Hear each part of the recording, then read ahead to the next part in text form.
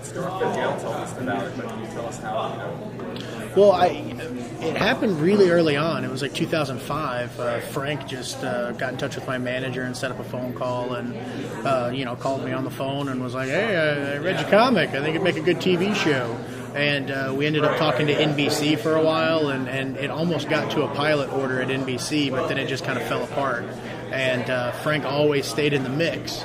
And would talk to networks and was trying to get it made. And I'd see him every year at Comic-Con, and he'd, buddy, we're going to do this show. Don't you worry. I'm going to do it. And I'd be like, it's been 3 years. I mean, you don't have to tell me this. I appreciate you still talking to me, but if it's not going to happen, it's okay. And then one day, I guess he was having a conversation with Gail, and she was talking about how she had discovered the comic, and he was like, oh, well, I've been trying to do that for a while. And they kind of joined forces and brought AMC into the mix. And then once Gail and AMC got involved, it was kind of, it's one of those things that they say about Hollywood. Deals take 7 years until they're happening, and then it takes 7 days. And, it was a lot of flurry of phone calls, and then next thing you know, here we are. Quick question for you, Jeffrey.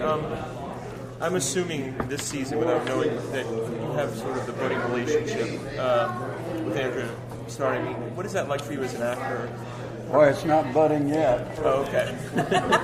Yeah, at this point, I can barely get a kind word. So we'll see. Are you looking forward to that? As an actor, it's kind of it's certainly changes the role more pleasant to be on good terms with someone on very bad terms. So, yeah, why not? Yeah. What was your initial reaction to being offered the script? Because I'm familiar with Frank's work. I know that you've done a lot of projects with him. Actually, myself and a friend of mine, we found out that he was doing the show, and we're fans of the comics, said, it would make a great Dale. Like, seriously. That makes me feel nice. Thank you. Found out you were in it. So what was your reaction to getting the role of this script? Or when he offered it? I didn't know what he was talking about. I had not read the graphic novel. I'd never read any graphic novels. And I was on another job, and he called me and said, Jeffrey, would you like to come to Atlanta and kill zombies? And I said immediately, yes, I'll do it.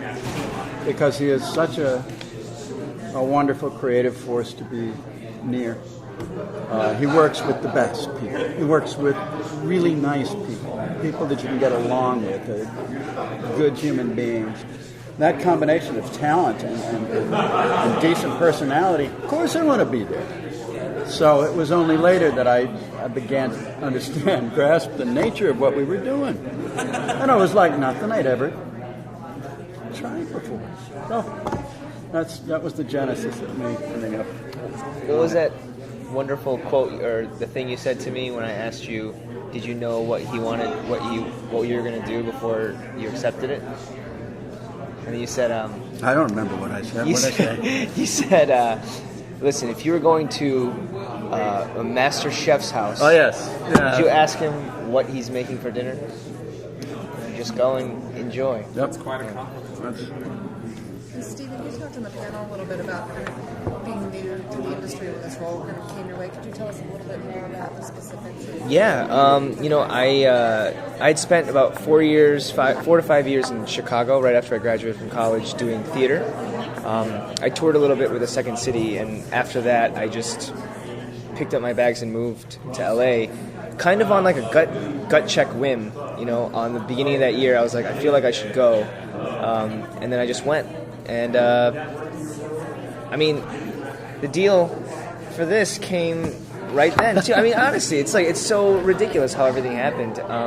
I had just tested for a pilot right before this one, and it came down to me and another guy, and I didn't get it, and I was so bummed.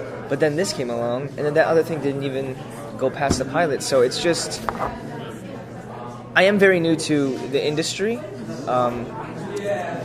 but I don't know. It's literally like when I say stars aligned, it's really like the stars aligned. It's pretty amazing how everything turned out. You couldn't ask for a better group of people to work with. And that's something. Isn't that amazing? Yeah. This is his first time out on the ice, and he's Yeah. He's And with a team like this. What's he gonna do next?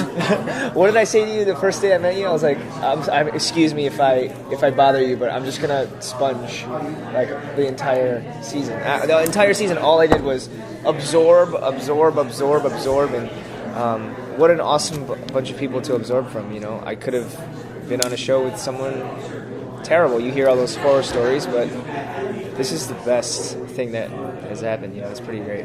Steven and Jeffrey, I was wondering if you guys spoiled yourself by reading the comics, like, because it's been going on for a while.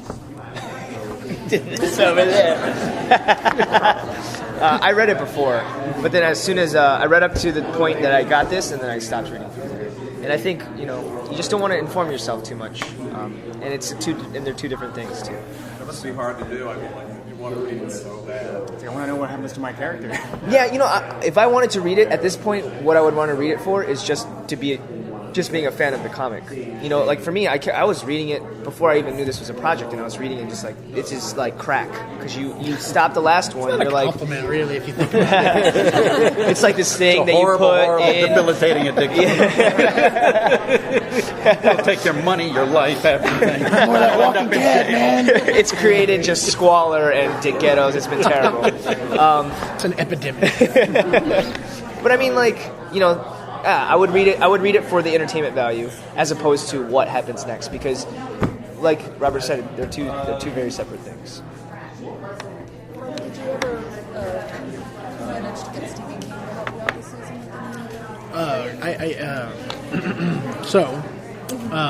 All I can say is that you know, Stephen King's definitely into doing it, and his son Joe Hill was going to be participating as well, and we just couldn't find the window for them to be able to do it. When they were available, we couldn't make it work, and when we were available, they couldn't make it work.